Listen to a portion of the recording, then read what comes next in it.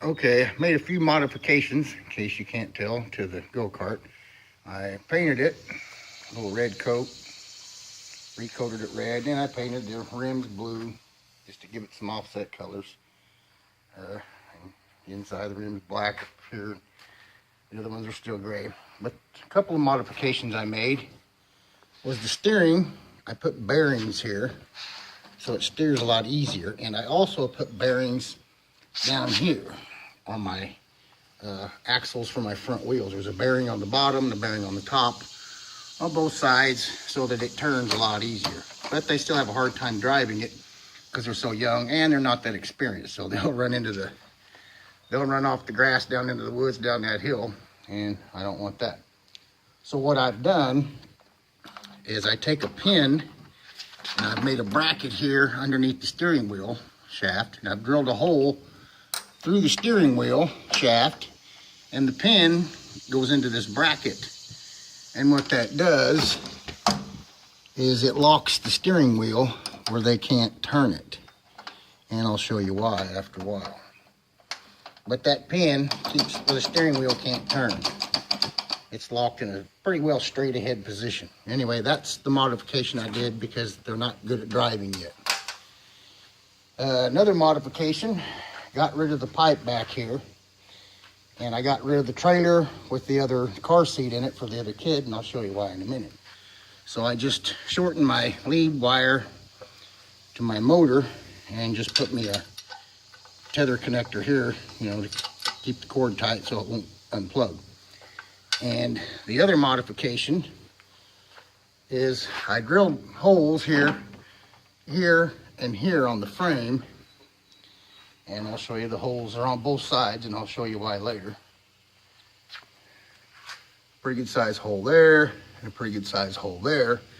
And the reason for these is I've hooked a chain to each one to a shackle point on a rope, like so.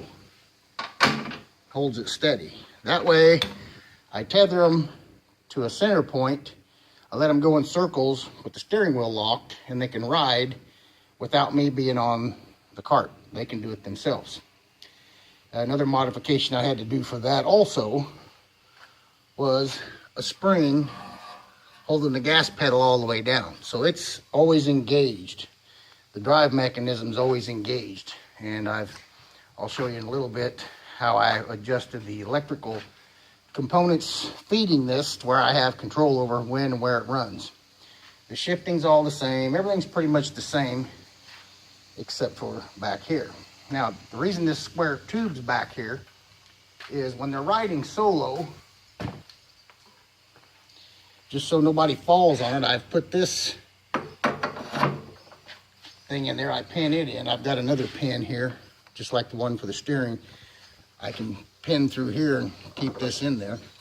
It's just a flagpole. I'm gonna put a checkered flag or something up there. That's just so they can't fall and hit that square tubing and get hurt on that.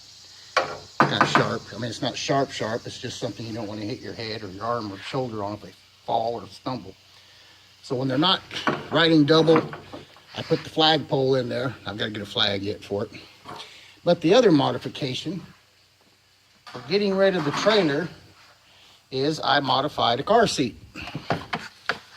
And I welded or bolted 2 square tubes on there, welded another square tube to those 2, which sticks down, and another little tube on the bottom. Well, the little tube on the bottom fits in that square tubing I welded to the cart, and voila.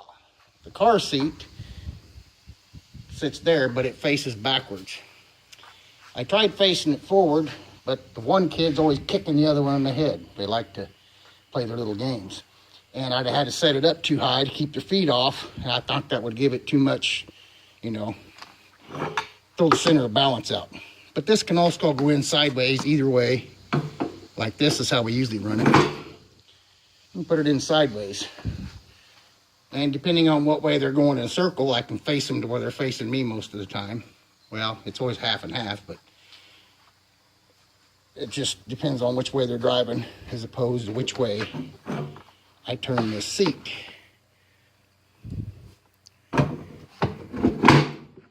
And like I said, there's a pin here. This pin goes through a hole in there and snaps in so that the seat, it can't come off. There's no way that can come off there. Well, as long as my welds hold. I've never had a problem with a weld breaking in my life, so I'm confident in that. Anyway, that's the modifications I made to the cart so that I don't have to ride with them. And just as soon as they get to where they can steer, I'll have to figure out how to teach them that they can't go any farther than what the cord gets tight when they steer on their own. So anyway, everything else is the same. The motor, everything basically works the same. It's just doing the steering and keeping the throttle all the way open, you know, the pedal engaged so that they can drive it and I don't have to be there. And a little paint on it. Next, I'll show you how I made the center point to pivot off of, and then I'll let you see them riding it. Okay, for the pivot point for the go-kart, so that they can go in circles and I can lock the steering, what I've got is a pipe, and it didn't have to be this long, but I just didn't want to cut it. And I'll show you another reason why I didn't cut it. This pipe is a particular size. I don't have the measurements. I don't need to. I mean, you just need to find another pipe, size pipe, that fits over this one. That'll slide over, you know. And what you do is cut you a piece about 20 inches long of this bigger pipe that slides over your tall pipe. And with 20 inches, what you do is take post hole diggers and dig a hole down the ground. And it's the same thing I did over here for the swing, my carnival swing. I took the motor off of it currently. But you dig down 20 inches, then you set that piece of big pipe in the ground. And I'll show you the other one. But this is the first one I did. Actually, this is for my hammock. But I modified that top piece. If you saw my do-it-yourself carnival swing ride for your kids, or grandkids, or whatever, this piece just slides over the top. That's that same big pipe I'm showing you that's in the ground. I just used a piece of that and made my mechanism to drive the swing here. But the point was, if you dig down, cut your big pipe 20 inches long. I just have a little piece left there. About 20 inches. You can go longer if you want. 20-inch piece to slide over your longer pipe.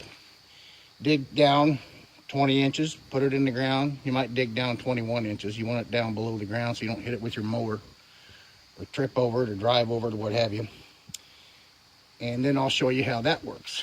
And I'll show you the rest of it here in just a minute.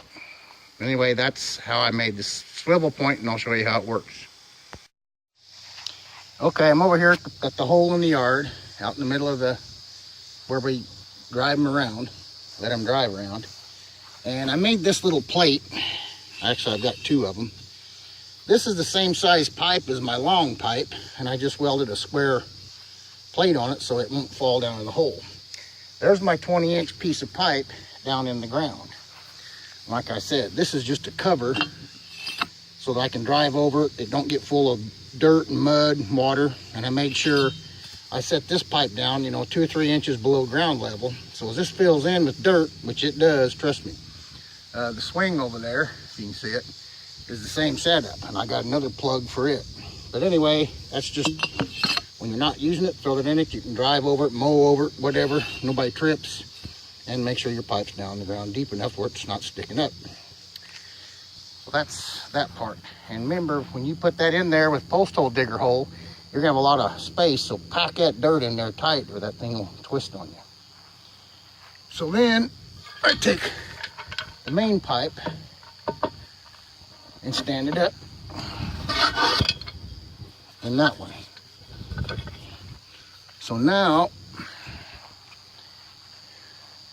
my center pipe is like that. It's probably 7 feet. It's about a foot taller than me, 1.5 feet. It might be 8 foot. Like I said, this could be shorter This could be way shorter, you know. It could be just above my swivel point here, but I just left it full length. Plus, as this wire twists up when they go one direction, the wire down inside the pipe, which what I did was take an extension cord, cut it, drilled a hole in the pipe, knotted up my extension cord here so it can only go that far in, and it goes up and out the top. Then I put some rubber cushioning, it's like some fuel line around the wire and a little stopper so it can't go down in there very far. It always rubs on that insulation piece. Anyway, you can get swivels, electrical swivels for these things, you know, where it'll swivel around and keep connection. They're like $100.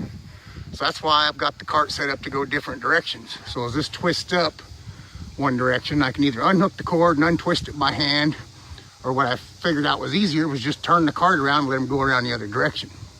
So this cord comes out the top of the pipe, and I let it come out away from the pipe, about 10 foot. And there's the other end with the snap. And I hook another cord from here to the cart, and I'll show you that after a while. But I just wanted to show you how the center pivot was made to where it's not permanent. I mean, you can leave it up permanent, but I can take this down to mow. I turn a lot of vehicles around out here in this same area. So anyway, that's the way to make it to where you can take the pipe out. You still have your holding pipe in the ground. You can put a plug in it so it's not a, you know, hazard, or keep it from getting full of dirt and what have you. You have to dig it out, because once you get that pipe in the ground, it gets full of dirt and mud. It's hard to dig that stuff out of there. And I did weld a plug in the end of this pipe, just a washer that fit inside the pipe, so that when it goes down, it doesn't keep digging deeper and deeper into dirt, because there's no bottom on my pipe here. And the other way to do it is your 20-inch pipe in the ground. You can weld a flat piece on the bottom and just drill a hole in it where water can go through. But yet, if that flat piece on the bottom, the same size as your pipe or a little bigger, since your post hole will be bigger than the pipe anyway, you could weld a little square plate like that on the bottom of your, just like this, on the bottom of your big pipe in the ground. That way it won't cut into the ground and go deeper. And when this pipe hits that plate on the inside of this, it can't keep going down deeper, you know, cutting or whatever. Anyway, it's just a little extra thing there to keep you from having trouble in the future. So anyway, next I'll show you how the whole thing's set up to run. And the other thing I need to show you is the swivel point. I just took a piece of that bigger pipe, like that's in the ground there, and cut it, you know, 3 or 4 inches, about 3 inches long. And I took another little piece of it, about 1 inch, and I welded it at the height I wanted it, so that this rests on top of the one I welded to the pipe. This is my stopper, my running lip. This sits on that and just spins like a little axle. And I welded an eye nut to this, and then I've got a shackle on it. And I put a couple little welds above it so it won't go up. It can't go up. Just enough there to hold it. I can always cut them off. But anyway, that's the swivel point that the car goes around and around. Like I said, the cord twists up inside the pipe after so many rounds. Then I could either unhook the cord and untwist it, or like I have been doing, just turn the car around and let them go the other direction. And I figured it takes about 30 rounds before the cord gets so twisted up that it starts getting tight. Because I've left enough bag in it, you know, where it goes out far enough to, you know, to do that. And I'll show you that in a little bit. But anyway, that's how the swivel point works. And you don't have to concrete this in the ground or anything. Like I said, I just did it this way so I can take it out, not even have it here, and plug it, forget about it, or use it whenever I want to. It'll always be there. Okay, move on to showing you how the setup works. Okay, this is the electrical hookup. I'm just plugged into a regular wall socket. Got one extension cord coming out to my swing here where I can sit. And it plugs into just a regular house switch. Got here by the swing, it's off. And I got another extension cord plugged into that. That's just a little short piece I made for my switch. It goes all the way out to the pole. And it's about 50 feet, 60 feet. And that cord comes out here, the orange one, and it plugs into the one that goes into the pipe. So I plug that in there, that cord goes up the pipe, pops out the top with my swivel protection on the cord. Then the cord comes down. Okay, I forgot to mention that the tether coming, the cord, not the tether, the cord coming out of the pole stops here, and I've got another extension cord that goes onto the cart, but I've got it, you know, I've got another snap connection here so it can't come unplugged if it gets caught up or drags. And then that goes on over and plugs into the cart where it's snapped again. That way I don't have long cords, you know, I gotta wrap up and stay with anything. Just connections with extension cords where they can't come apart. I wanted to show you that. Goes across over to the cart. But I wanted you to see, I've got the tether rope attached to the swivel on the pipe, and my pliers are there to keep that nut tight and make sure it won't come loose. So I snug it down real tight. And the ropes above the ground, I got about the same height. I measured the height of the cart, so that's when the pipe goes in the ground, that's where I put my swivel. About the same height that where the shackles hooked to the cart. So the rope stays pretty level. Anyway, so that's how the tether is set up. Hi, kitty. So there's the tether. Actually keep the cart going in a circle, and the cord just kind of lays on the ground behind the cart and kind of loops around, and you can see I've got it hooked to the tether there, and then that keeps the plug from coming unplugged if this drags a little bit or gets tight. And I've got the steering locked. The pin is in the steering wheel, and it's in the locked position, and I've got the car seat just setting backwards for now. So the steering can only turn that far. You can see it don't move hardly at all. And that's the setup of how I get them to go in circles without me having to ride with them. And I also eliminated the trailer. And I can run it a little bit and show you how it works without them on it, just so you can see, but I'll show you with them running it too. And like I said, that pipe could be just above the rope, you know, where the swivel is for the tether rope. It doesn't have to be near that tall. I just didn't want to cut my pipe off. I might need it for something else this winter or later on, if this doesn't become a regular deal for them. So next I'll show you it in action. Okay, it's set up. Just gotta turn the switch on and it should go.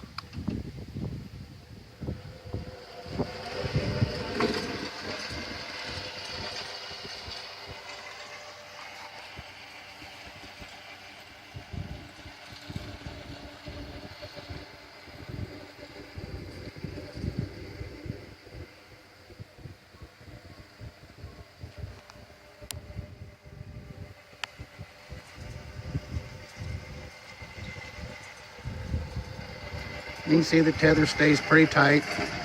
The cord behind just kind of drags around with it. And with them on it, it cruises just like that. It's in 4th gear right now. So it's got one more gear. It'll pull them in 4th, 5th gear easy. But when it gets to a point where it's kind of downhill a little bit, that's when I shut it off. So when I start it up next time, it'll kind of take off by itself. I don't have to go push it.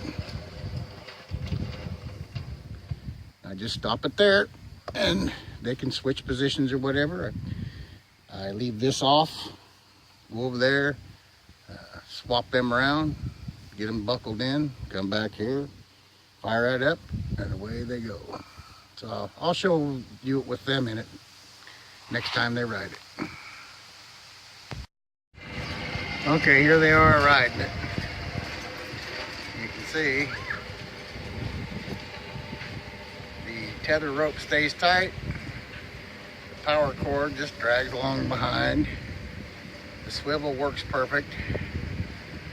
And the steering lock And I thought about making the steering turn a little bit, but perfectly straight ahead. It tears up the grass a little bit. But as you see, woo! It keeps them going in a pretty well circle with the steering lock fairly well straight ahead. And I give it that little bit of play in the pin so that no matter which direction I go, it will still, you know, go in a circle. A little bit of turn to it, not much. It turns better this way, going to the left, like NASCAR, than it does going to the right. So anyway, that's them riding it. And I'm making further adjustments to the seat, the car seat in the back. I'm gonna raise it up and I'm gonna put a swivel on it where it'll spin. See how that goes with the children. Anyway, that's them riding it at this point of the modification. Laters.